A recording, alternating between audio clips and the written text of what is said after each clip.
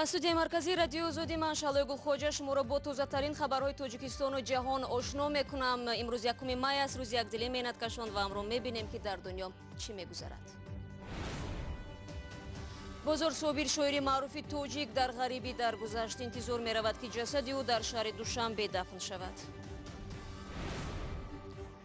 узр ки пуштам ба поятон расид. дар шаҳри Ҷизах раиси идораи андоз сармуфаттишро барои иҷро нашудани нақша латукуб кард.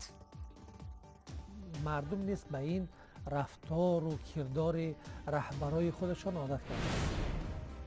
ва ҳукумати маҳаллӣ дар Кӯло бунёди манзил дар қабристони Файзободи болоро қатъ намуд. сокинон мегӯянд ин тасмим пас аз гузориши радиои озодӣ гирифта шуд. баъд омадам ба оз шинанам хали омадам ки хайга кор намегирем ва ҳамҷара ҷад мекунем метем то.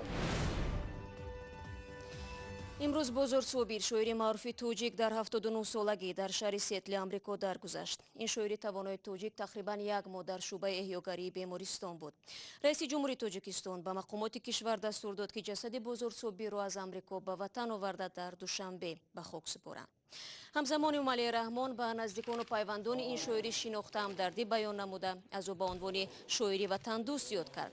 бозор Собир дар солҳои 70 ва 80 дар саргаҳи ҷунбиши бедорӣ қарор дошт ва аз маҳбубтарин шоирони замони шӯравӣ ба ҳисоб мерафт. маҳз ба сабаби ошкоргӯӣ ва интиқодҳояш аз сиёсатмадорону мансабдорони давр ӯ дар солҳои ҷанги шаҳрвандӣ барои муддате зиндонӣ шуд, вале аз бепардагӯӣ даст накашид.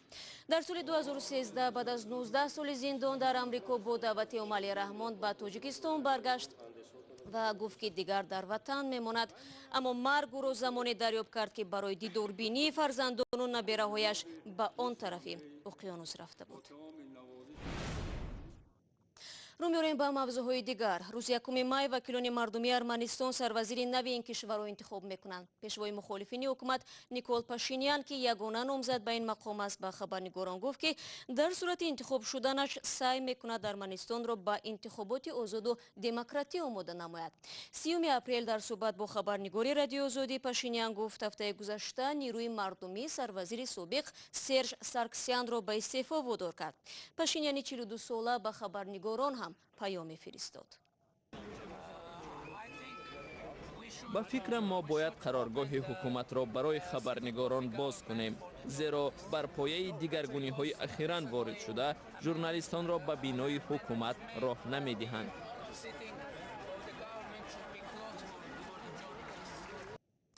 тарафдорони Пашинян имрӯз ҳам дар майдони парламентии Ереван ҷамъ шуданд. барномаро идома медиҳем. Майк Помпео, котиби давлатии Амрико, ҳамлаҳои интиҳории рӯзи гузашта дар Кобулро бемаънӣ ва ваҳшиёна номида афзудааст ки матбуоти мустақил сутуни демократия мебошад. ба қавли ин мақомдор, сарфи назар аз ин ҳамлаҳо рушди демократия дар Афғонистон идома хоҳад кард. дирӯз радиои озодӣ ҳам хабарнигоронашро аз даст дод. дар ду бомбгузории маргталабона дар Кобул хабарнигорон, маъмурони пулис ва даҳо тани дигар кушта шуданд. онҳое ки баъди таркиши аввал инҷо омаданд дар ҳамлаи фарди дуввум ҷон доданд. ду хабарнигори радиои озодӣ низ кушта шуданд. ибодулло ҳанонзай, наворбардори барномаи мубориза бо қочоқи маводи мухаддир, рӯзи 8 май аз ҷашни арӯсияш яксоли расо мегузашт. Сабобун Какар видеожурналист буд. айни ҳамлаҳоро дар гузашта зиёд сабт кардааст. муҳаррам Дуронӣ қарор буд ба радиои озодӣ бипайвандад, дар роҳ ба таҷрибаомӯзӣ ҳалок шуд.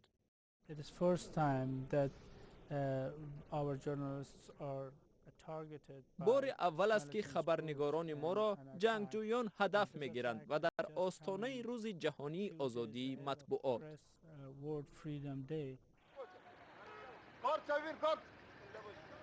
6 хабарнигори дигар ҳам ҷон доданд. барои AFP, як ТВ, Тулу, Машал ТВ кор мекарданд. камаш 25 нафар кушта шуданду даҳо тани дигар ҷароҳат бардоштанд. давлати исломӣ масъулияти бомбгузориро бар уҳда гирифт. شما برنامه خبری رادیو آزادی رو تماشا دارید. کشورهای اروپایی سندی را که اسرائیل درباره برنامه هسته‌ای تهران پیشنهاد کرده است به اساس نامیدند. ولی آمریکا اسناد اسرائیل را خوشپذیری نموده میگوید آن ثابت میکند که تهران اهل عالم را در غفلت گذاشته در فکر تولید سلاح هسته‌ای میباشد. مایک پامپئو کاتب دولتی آمریکا روز 30 اپریل گفت سازش هسته‌ای ایران که در سال 2015 امضا شده است به قدر کافی شفاف نیست و بر پایه دروغ‌های ایران تهیه شده است. 12 مای دونالد ترامپ پرزیدنت آمریکا تصمیمش در مورد بیرونشوی یا باقی ماندن آمریکا در سازش هسته‌ای با تهران را اعلان میکند. در همین حال وزارت کارهای خارجه ایران محمد جواد ظریف عیبنامه اسرائیل را خنده‌آور و کهنه نامید. در شهر جیزخ ازبکستان رئیس اداره انداز سرمفتشی نهاد را بی‌رحمانه لطوکوب کرده است. این حادثه در آخر سال گذشته رخ داده تنها حالا به قبل روی آب برآمد. به گفته شاهدان سرمفتش برای آن لطوکوب شد که نقشه انداز سر وقت اجرا نگردیده است.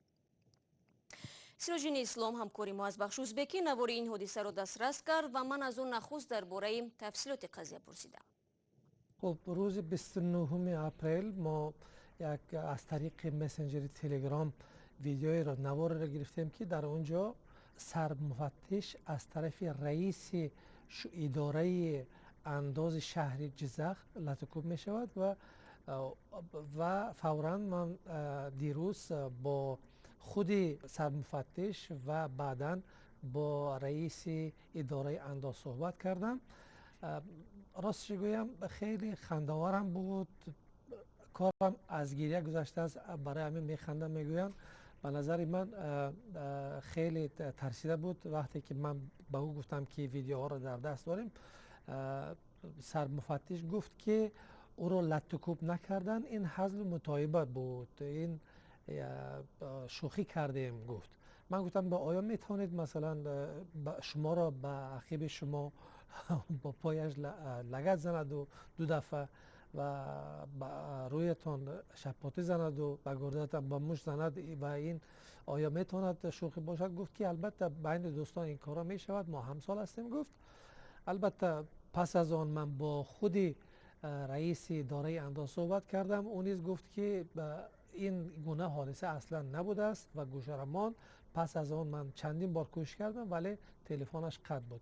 معلوم است که این حادثه رخ داده است در آخرای ماه نوامبر. این بار اول نیست که در ازبکستان حالتهای شکنجه شدن زیردستان از سوی رهبریت رسانه‌ای می شود. چند پیش بدرفتاری و دغل‌گفتاری رهبر بخش معارف در نسبت دیرکتوران مکتب‌ها در جامعه این کشور سر و صدا برپا کرد. با وجود آنکه حتی خود شوکت میرزیویف پرزیدنت این کشور چنین عملکرد را منع کرده است ولی آن خاتمه نمی‌یابد. چرا؟ این سوال دیگری من از سراجدین بود.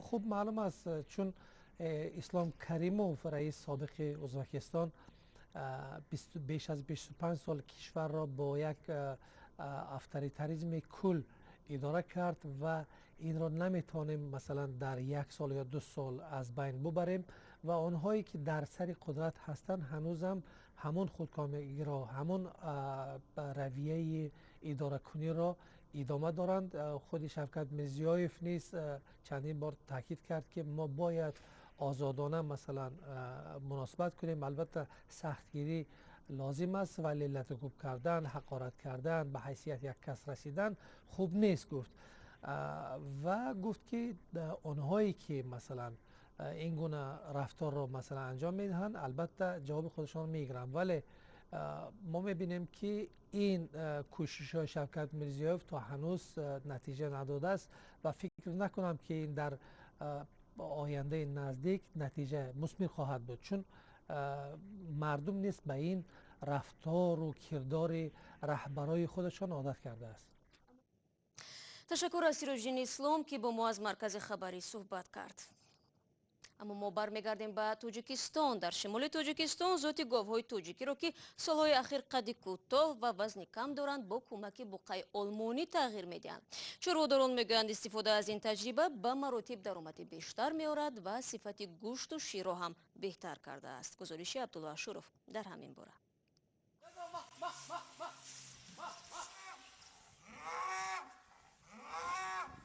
این بوقه ذاتی آلمانی نام تاجیکی را خوش پذیرفته است. وقتی که رئیس فرما او را با نامش صدا می کند پاسخ هم می دهد. وقتی تولد کرده یک کارگر داشتیم دادا جان، ما آدم تولد کنندگی بود، بعد خیلی نغز نگاه میکرد، بعد به روسیه برای کار کردن به روسیه رفت، نام همراه موندیم دادا جان. و وقتی رفتن خودش التماس کرد که امینه به نام مامانتان، از همین سبب این نامش دادا جان شدگی. دادا جان 2.5 ساله و 700 کیلو وزن دارد. اقلیم و غذای تاجیکستان با او فورید است. دادا این باردار شده در آلمان باردار شده، اومده همینجور تولد شدگی گویی. شریک دادا جان نور که چند ماه از او کلانتر است 1 تن وزن گرفته است. چارواداران میگویند مهربان است و پرورش خوب را میفهمد. با آدمی نگاه بین کننده زود خو میگیرد. زیاد از 1 تن رو وقتی که ابیدیش میدارید میایستد. برای چه میشه؟ حسابی زودش تازه.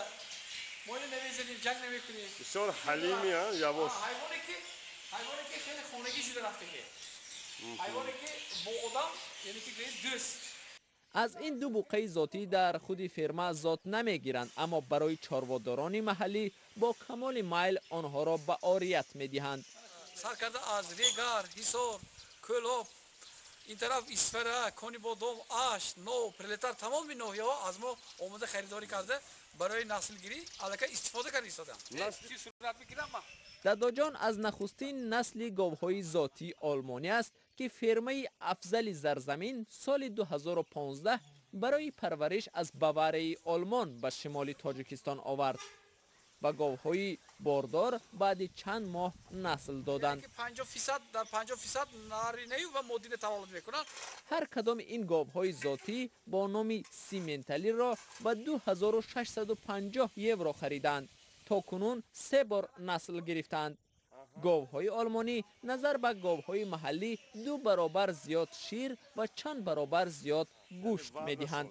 وزنشان زیاد. اینها میاسه مالوچ نمیگن، یعنی که گوشتی شیری. بله. اینها برای اقلیم ما خیلی نغز مطابق شدن. گاوها را با راه صنعی با نطفه هایی که هر سال از آلمان به مبلغ 5 تا 12 یورو میخرند باردار میکنند. ذاتش گم نشد. برای همین ما نطفه را از آلمان وارد میکنیم و با گویم که صنعی باردار میکنیم تمام گاوها را. نقش دادا جان و نور نیز در این روند برجسته است. وظیفه آنها معلوم کردن فرصت راستین یا دروغین بارگیری گاوها است.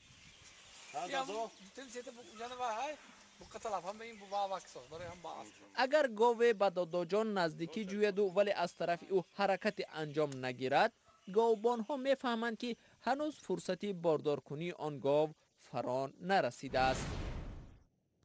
و در محله فیض‌آباد بالای شهر کلوب مقامات از بنیاد منزل در بخشی از قبرستان محله خودداری نمودند. به گفته ساکنان دهات چنین تصمیم بعد گزارش رادیوی آزادی گرفته شد. اول همین رادیوی آزادی در رحمت میگیم که من برادرم را دستگیری کردن برای همین کار. زبیدالله میگوید با مساعدت رادیوی آزادی توانستند در برابر یک قرار حکومت که ناعادلانه میدانستند غالب آیند. چی کن شما هم چوکان شما بعد اومدم مش با آواز شنان خیلی اومدن که خیلی کار نمیگیریم و همینجا را ایجاد میکنیم میتیم تون کنم. حکومت کلاب ماه دکبر سال گذشته تصمیم گرفت آرامگاه محله فیض‌آباد بالا را که 50 سال مردم آنجا میت دفن میکردند برای بنیاد منزل جدا کند. ساکنان محله و اطرافیان قرار شهرداری را غیر اخلاقی عنوان کرده و خلاف دین دانستند و شکایت بردند. فهمیدم که اینجا اوچاسکا دادن. همین آدمایی که اوچاسکا چون باید خیلی کنن باری مزور درست نیست همین اوچاسکا. در محله فیض‌آباد بالا 400 خانواده زندگی میکند و این یگانه آرامگاه است. ما دیگه نداریم جای مزاری که بریم گور که ما هم برای محله همین قشلوق همین ساخون هم جا داریم دیگه تمام.